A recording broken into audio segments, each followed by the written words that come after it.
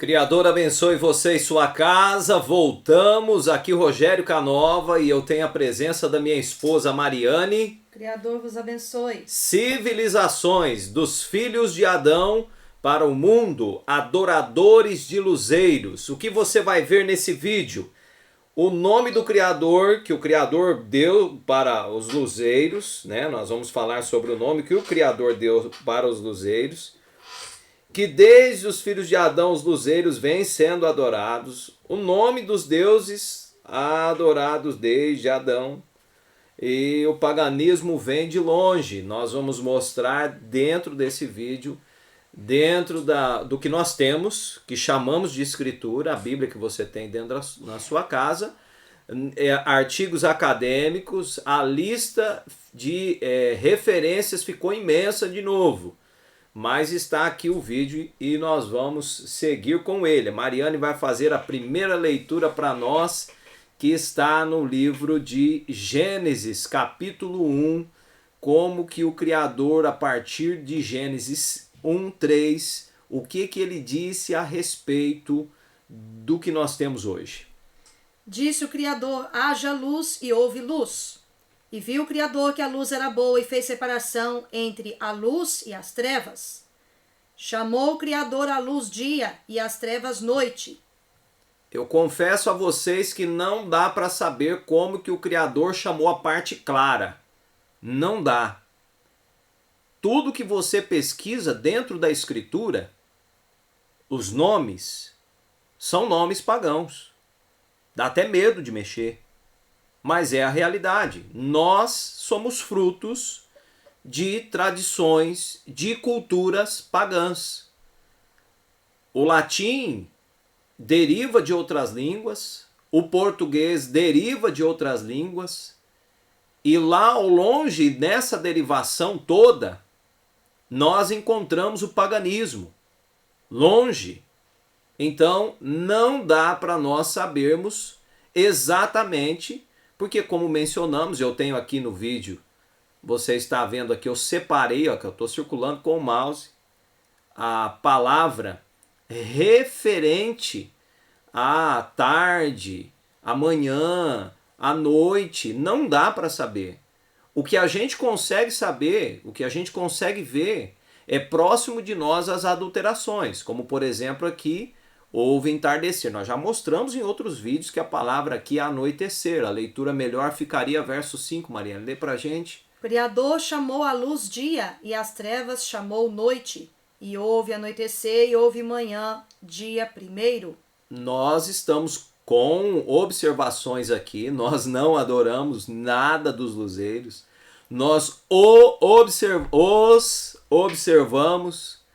E não se engane, irmãos, amigos, você que está chegando a primeira vez aqui no canal, se inscreva, ajuda a gente a mandar isso para mais pessoas, para que os olhos sejam abertos. Se você não gostou também, nós iremos orar por você do mesmo jeito, sempre orando pelos integrantes do grupo e do canal. Então, não há como nós sabermos exatamente o nome de tudo, mas há como nós sabermos a adoração e como adorar, certo? Dá para nós sabermos. O Criador deixou no que vemos hoje, que atravessou as gerações. Não adoramos os luzeiros. Os luzeiros servem para sinalizar o momento de adorar. Exatamente isso. Enquanto o mundo está preocupado em adorar o nome, eu vou mostrar para você aqui que o Criador, desde o princípio, não revelou o nome dele. Só a personalidade, só sinais para adorá-lo, independente do nome. Vamos seguindo. Nós encontramos aqui em Gênesis capítulo 1. Agora eu trouxe para caracteres judaicos, tá? Isso aqui não é hebraico. Se você não viu o nosso vídeo anterior, você pode assistir ele. Em início criou o Criador os céus e a terra era informidade, vacuidade e escuridão sobre as faces de abismo. O Espírito do Criador, o que pairava sobre as faces de as águas. Disse o Criador: que haja luz, e houve luz. E viu o Criador a luz que boa. Fez separação o Criador entre a luz e entre a escuridão. Chamou o Criador a luz dia e a escuridão chamou noite. É os nomes que nós temos aqui, tá? Mas independente disso, o que nós queremos comentar aqui desse texto é o que já falamos e colocamos em outros vídeos, não tem luzeiros aí. Então, essa história de dizer que o luzeiro ele serve como referência para dia é outra situação, tá? Então não tem nem lua e nem sol aqui para o Criador basear os primeiros dias, é só você estudar um pouquinho. E mais à frente nós encontramos o que disse o Criador. E disse o Criador que haja luzeiros no firmamento dos céus para fazerem separação entre o dia e entre a noite. Serão para sinais e para épocas determinadas e para dias e anos. E serão para luzeiros no firmamento dos céus para fazerem luzir sobre a terra. E aconteceu assim. E fez o Criador os dois. Olha um detalhe aqui importante. O Criador fez os luzeiros para separar o que ele havia feito anteriormente. Gênesis 1:14. Ele fez para separar o que ele havia criado anteriormente. Eu vou usar a palavra dia aqui porque é o que nós encontramos. Eu não consigo ainda outra referência. Yom é judeu, né? Mas enfim, então ele fez os luzeiros para separar o dia e a noite, o que ele havia feito antes. Ele deu nome para o luzeiro maior e para o luzeiro menor, Mariane? Fala aí com a gente, mostra aí na escritura, lê pra gente. Criador, e fez o Criador os dois luzeiros, os grandes. O luzeiro grande para o domínio de o dia, e o luzeiro pequeno para o domínio à noite, e as estrelas. Então o Criador não colocou nome, tá? Criador, na revelação, que segundo a historicidade do que está escrito hoje diz, que é Moisés que escreveu isso aqui, que aqui nós não encontramos ele revelando. Só tem a estrela, o nome estrela aqui no final, né? Nós não encontramos a palavra sol e nem a palavra lua aqui, mas simplesmente luzeiro maior e luzeiros menores, correto? Curiosidade, lê pra gente, Mariane. Enos 3.769 a 2.864 a.C. É um personagem da Bíblia. Enos é neto de Adão. O nome de seu pai é Sete, que gerou Enos quando tinha 105 anos de idade. Enos gerou Cainã aos 90 anos de idade. Teve vários filhos e filhas, sendo uma das filhas Zeatpá. Enos morreu aos 905 anos. Foi durante os dias de Enos que os homens começaram a invocar o nome de Jeová. Gênesis 4:26. Das duas interpretações para este verso, ou foi nessa época que os homens que adoravam a Deus se diferenciaram dos idólatras, ou esta foi uma época de reavivamento espiritual. Segundo Maimônides, foi na época de Enos que os homens, inclusive o próprio Enos, passaram a adorar as estrelas e a construir templos para elas. São duas teorias, tá? Eu estou trazendo uma curiosidade, eu não estou afirmando, é o que nós encontramos na história, tá certo? Pessoas que tiveram contato com os primórdios lá atrás, pessoas que discutem, eu não estou afirmando, eu não estou me tornando como que é a palavra, descrente? Herege. Um herege. Não, nós estamos trazendo informação, esse é o papel do nosso canal. As conclusões são feitas com as pessoas que também vão estudar. Nós chegamos às nossas conclusões aqui, você chega à sua conclusão ali.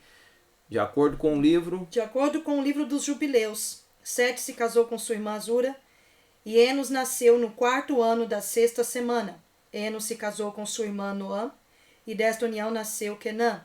A esposa de Quenã foi sua irmã Mualelit.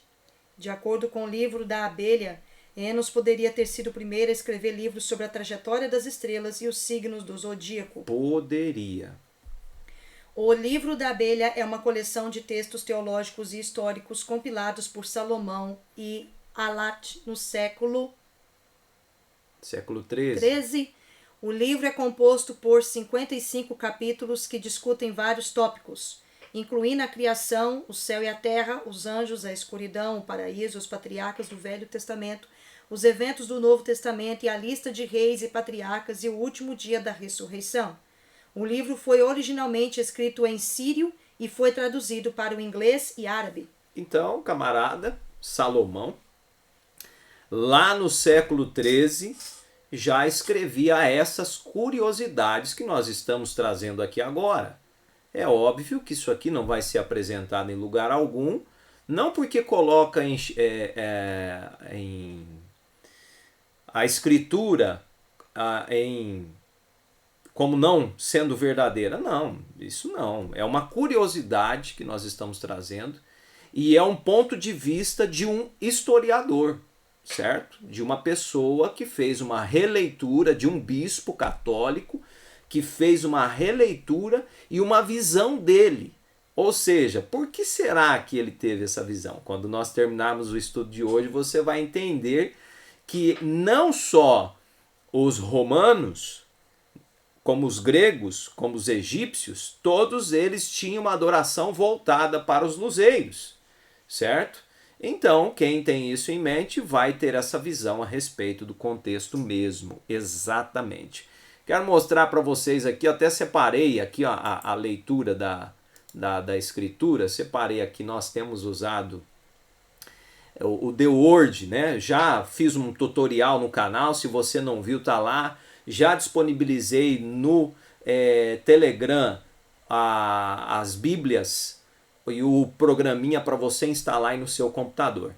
Aqui nós encontramos no capítulo 4, no último verso, dizendo aqui que Enos, né, que segundo o caractere que nós antes achávamos que era hebraico, mas é um caractere judaico, traz referência ao nome de Enos para homem. Olha aqui, né, homem, ó, Enos, eu coloquei até aqui embaixo, tá aqui, ó.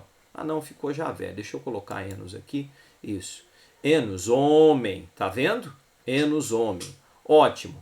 Quando a gente vê que ele começa a invocar, né, ele começa a chamar, a clamar o nome que não é revelado anteriormente. Só aqui diz que ele começa a chamar esse nome aqui, né, que nós já falamos sobre esse tetragrama e a palavra aqui, Javé, né, então ele começa a invocar esse nome. Você vai perceber aqui o tetragrama, né, é em cima da palavra, tá? Isso aqui são versos do dicionário Strong, que a gente vem usando amplamente aqui no canal também, porque é o que nós temos escrito para fazer uso, tá? Então você pode fazer um estudo mais aprofundado do que esse que nós preparamos. Vamos seguindo aqui, senão o vídeo fica longo demais. Então, quando você vai estudar o hebraico, que eles falam que é hebraico hoje, e nós já falamos que não é hebraico, que é uma tradição judaica de escrita, o que nós encontramos? Como que eles chamam o sol, Mariane? Os judeus? Shemesh. Fala sobre a tabela de Shemesh, por favor, pra gente. Ou Shamash, como está escrito aí, né? A placa de Shamash é uma tábua de pedra recuperada da antiga cidade babilônica de Sipar, no sul do Iraque. Em 1881, agora é uma peça importante na coleção do Antigo Oriente Médio do Museu Britânico. É datado do reinado do rei Nabu Apla-Iddina, 888 a 855 a.C. Descoberta.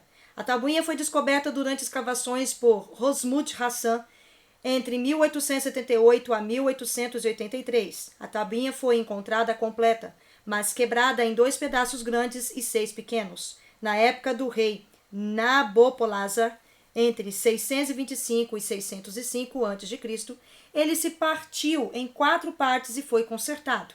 O cofre de terracota também continha 2 impressões de argila de cena de apresentação das tabuletas. O cofre foi selado sobre o piso de asfalto no templo. Foi sugerido que o cofre também continha uma segunda placa, bem como a terceira impressão de argila, agora no Museu de Istambul. Descrição: estava envolto em um molde de argila ou espremido, que criava impressões quando colocado sobre a face da pedra e protegia. Isso indica que a tabuinha era um item de referência, possivelmente armazenando devido às tradições mais recentes.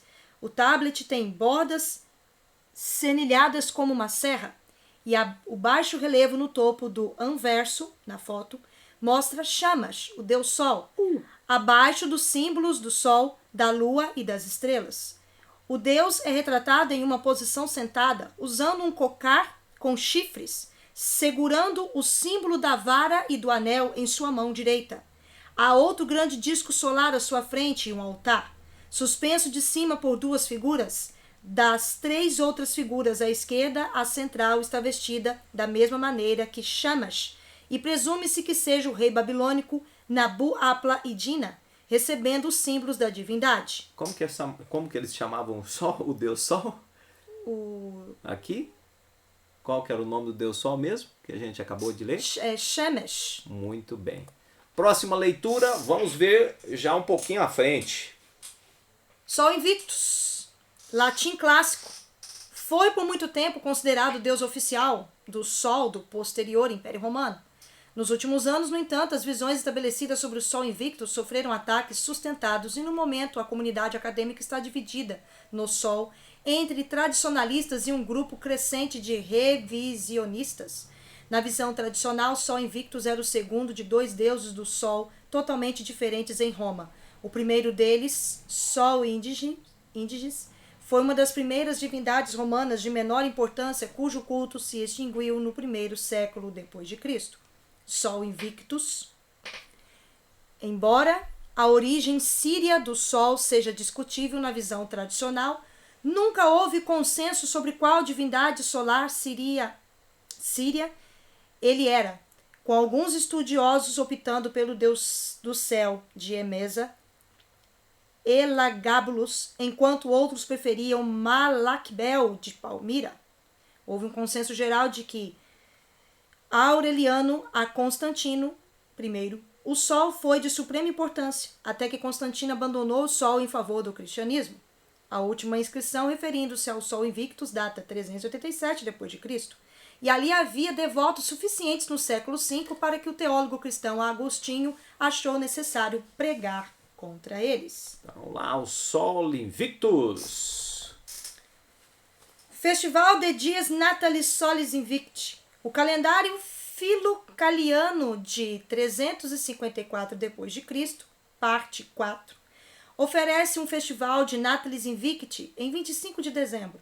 Há evidências limitadas de que este festival foi celebrado antes de meados do século IV. Se esta data foi planejada para celebrar o solstício, é duvidoso. Um estudioso escreve que o culto ao sol na Roma pagã, ironicamente, não celebrava o solstício de inverno, nem qualquer um dos outros dias trimestrais, como se poderia esperar. O mesmo calendário filocaliano, parte 8ª, afirma que o Senhor Jesus Cristo nasceu 8 dias antes dos calendários de janeiro, ou seja, em 25 de dezembro. Desde o século XII tem havido especulações de que a data quase do solstício de 25 de dezembro para o Natal foi escolhida porque era a data da festa de Dies Natalis Solis Invicti, mas os historiadores da Antiguidade Tardia não mencionam isso, e outros especulam que Aureliano escolheu 25 de dezembro para acompanhar as primeiras celebrações cristãs já em ascensão. Muito bem, nós trazemos aqui o paganismo antigo, o paganismo moderno, aderido por todos, porque nós somos frutos de uma cultura e tradicionalismo pagão. Então a gente traz para você abrir o seu olho e aí você decide se comemora ou não. Judaísmo. A imagem tradicional do sol também foi usada nas primeiras profecias, poesia e arte judaicas. Salmo 19 começa: os céus proclamam a glória de Deus e o firmamento proclama sua obra, e compara o sol a um noivo ou a um guerreiro e a Torá. Uma lenda agadik, encontrada no tratado Avodá Zará, oitava contém a hipótese talmúdica de que Adão primeiro estabeleceu a tradição de jejuar antes do solstício de inverno e regozijar-se depois, festival que mais tarde se transformou nas Saturnais romanas e calenda. Agora eu te pergunto, olha por onde ruma o judaísmo. Olha por onde ruma o judaísmo. Dizendo, no tradicionalismo deles, tudo bem, nós temos lá a peça judaica sendo celebrada no equinócio de primavera, mas nós temos uma observação aqui feita dentro do Talmud de que Adão já, por tradição, jejuava antes do solstício De inverno. de inverno. Que é no 10º mês do calendário. E se transformou então na Saturnália romana do calendário, né? Interessante, né? Um piso. Um piso de mosaico em Ramat Tiberias apresenta Davi como Hélios, cercado por um anel com os signos do zodíaco. Hélios? Hélios, do heliocentrismo. Isso. Assim como em Ramat Tiberíades, figuras de Hélios ou Sol Invictus também aparecem vários dos poucos esquemas de decoração sobreviventes das sinagogas da Antiguidade Tardia. Sinagoga? Sinagogas. Sinagoga. Incluindo Beit Alfa, Ruzefa, todos agora em Israel. Naarã, no ocidente, Banco. Ele é representado em mosaicos de piso com o usual halo radiado e às vezes em quadriga, no rondel central de uma representação circular do zodíaco das estações. Essas combinações podem ter representado para uma comunidade judaica agrícola a perpetuação do ciclo anual do universo ou parte central de um calendário. Que interessante, né? Do lado tem o Olha. mosaico É. da sinagoga Beit Alfa, com o Sol no centro, rodeado pelas 12 constelações do zodíaco, Não! com as 4 estações associadas incorretamente. Nós não nos assemelhamos aos romanos, né? Nós somos os descendentes de Abraão. Nosso pai é Moisés. Dá pra ver, né? Luna.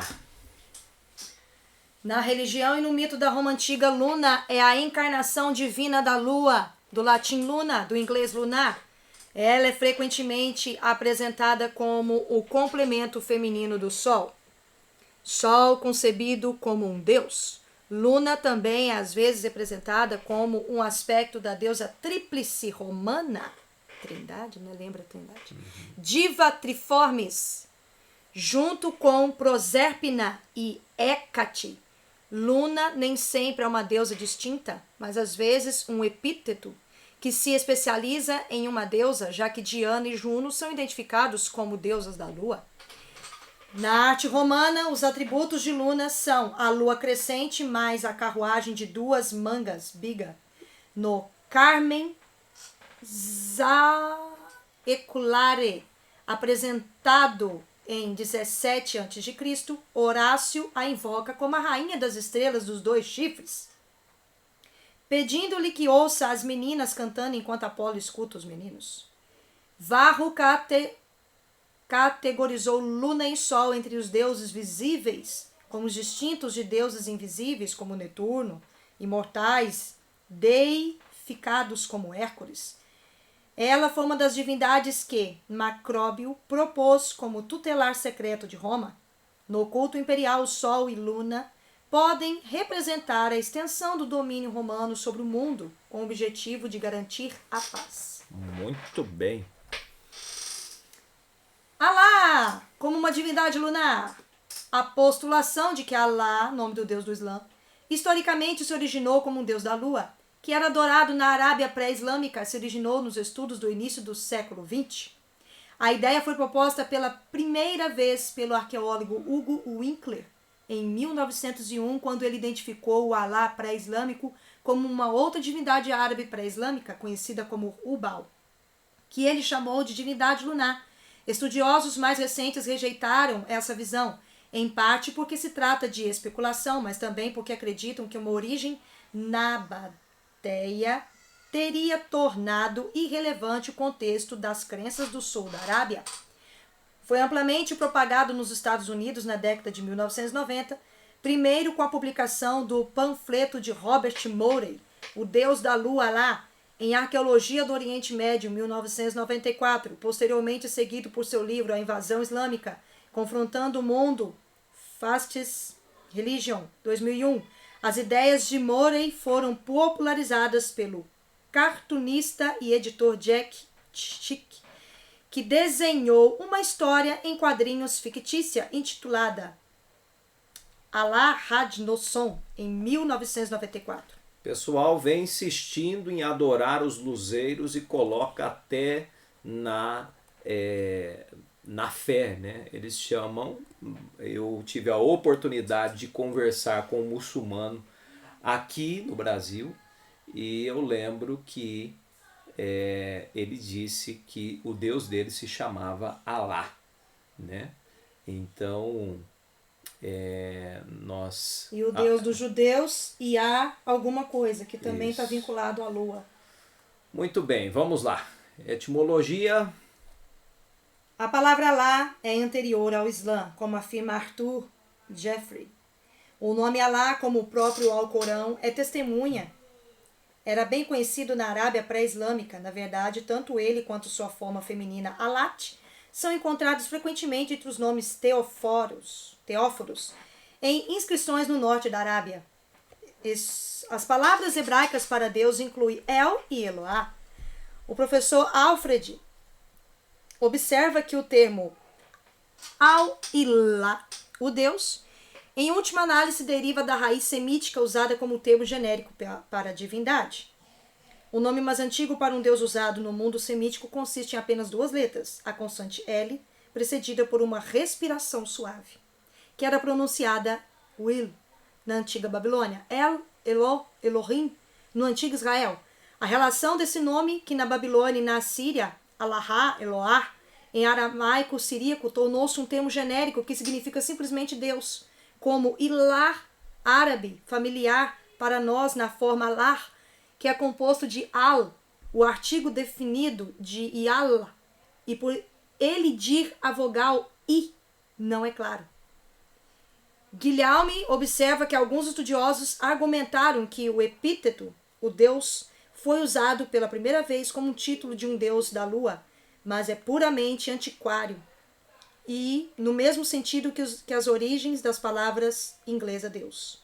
Alguns estudiosos atribuem o nome ao Ilah da Arábia do Sul, um título do deus da lua, mas isso é uma questão de interesse antiquário.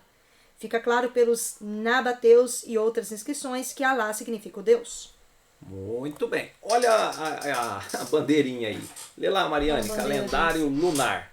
A lua desempenha um papel significativo do Islã por causa do uso de um calendário lunar islâmico para determinar a data do Ramadã. A lua crescente, conhecida como Hilal, define o início e o fim dos meses islâmicos, assim como no calendário babilônico. Opa, então quer dizer que os islâmicos e os babilônicos,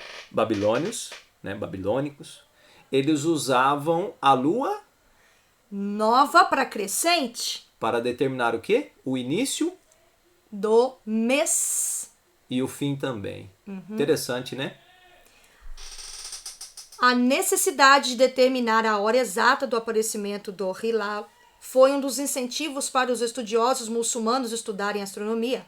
O Alcorão enfatiza que a lua é um sinal de Deus, não ela mesma um Deus. O símbolo da lua crescente, usado como uma forma de brasão, não é uma característica do Islã primitivo, como seria de se esperar se estivesse ligado às raízes pagãs pré-islâmicas. O uso do símbolo da meia-lua nas bandeiras muçulmanas teve origem no final da Idade Média. Bandeiras muçulmanas do século XIV com crescente apontado para cima e um campo monocolor incluíam as bandeiras de Gabes, Fran Babinger alude à possibilidade de que o crescente foi adotado dos romanos orientais, observando que o crescente sozinho tem uma tradição muito mais antiga também com tribos turcas no interior da Ásia. Parsons considera isso improvável, já que a estrela e o crescente não eram um motivo comum do Império Romano Oriental na época da conquista otomana. Povos e mais povos adorando os luzeiros e usando a forma como eles acham por bem de iniciar mês, iniciar adoração, ano e tudo mais. E semanas também. Rainha do Céu. Rainha do Céu, Rainha do Céu era um título dado a várias deusas do céu, adoradas em todo o antigo Mediterrâneo e no Oriente Próximo, durante os tempos antigos. As deusas conhecidas por terem sido referidas pelo título incluem Inanna, Anat, Isis, Nut, Astarte, possivelmente Asherah, pelo profeta Jeremias. Na época greco-romana, Hera e Juno ostentavam este título. As formas e o conteúdo na adoração variam. Inanna era a deusa suméria do amor e da guerra. Apesar de sua associação com o acasalamento e fertilidade de humanos e animais, Inanna não era uma deusa mãe, raramente associada ao parto. Inanna também foi associada às chuvas e tempestades e ao planeta Vênus. A tabuinha de Vênus, de Amizabud, que se acredita ter sido compilada em meados do século 17 a.C., referia-se ao planeta Vênus na tabuinha como a brilhante rainha do céu ou brilhante rainha do céu. Embora o título Rainha do Céu tenha sido frequentemente aplicado a muitas deusas diferentes ao longo da antiguidade, Inanna é aquela quem o título é dado mais vezes. Na verdade, o nome Inanna é comumente derivado de Nin-Anna, que significa literalmente Rainha do Céu. A antiga Suméria vem das palavras Nin, que significa senhora, e An significa céu. Embora o sinal cuneiforme para seu nome, não é historicamente uma ligadura dos dois. Pois é. E vai melhorando, né? Cada vez que a gente mexe mais um pouquinho, nós vamos encontrando. Aí colocamos a referência aí a respeito do profeta. A Rainha do Céu é mencionada na Bíblia e foi associada a vários deuses diferentes por diferentes estudiosos, incluindo Anat, Astarte e a Ishtar, Astarete ou como a figura composta. A adoração de uma Rainha do Céu está registrada no livro de Jeremias, no contexto do profeta condenado, tal adoração religiosa e sendo a causa do Criador declarar que faria ser removido o seu povo da terra. Não vês o que eles fazem nas cidades de Judá e nas ruas de Jerusalém? As crianças juntam lenha, os pais acendem fogo e as mulheres amassam a massa e fazem bolos para a Rainha dos Céus. Para quem? Para a Rainha dos Céus. Para a Rainha do Céu? Poxa vida. Na época de quem? Do profeta Jeremias. Jeremias. Vamos lá. Eles derramam oferendas de bebida e outros deuses para me irritar. Em Jeremias 44, verso 15 a 18. Então todos os homens que sabiam que suas esposas estavam queimando incenso para outros deuses, junto com todas as mulheres presentes, uma grande assembleia, e todas as pessoas que viviam no Baixo e no Alto Egito, disseram a Jeremias: não daremos ouvidos à mensagem que nos transmitiste em nome do Senhor. Certamente faremos tudo o que dissemos que faríamos, queimaremos incenso à Rainha dos Céus e ofereceremos libações como nós, os nossos pais, nossos reis, nossos oficiais fizeram nas cidades de Judá e nas ruas de Jerusalém. Como? Repete de novo. Nossos reis e nossos oficiais fizeram nas cidades de Judá e nas ruas de Jerusalém. O que eles fizeram? Queimaram incenso a quem? Queimaremos incenso à Rainha dos Céus e ofereceremos libações como nós, os nossos pais, nossos reis e nossos oficiais fizeram na cidade de Judá e nas ruas de Jerusalém. Pois é. Naquela época tínhamos comida farta e estávamos bem e não sofremos nenhum dano. Mas desde então, paramos de queimar incenso para a Rainha do Céu e de derramar libações para ela. Não tivemos nada e temos perecido pela espada e pela fome.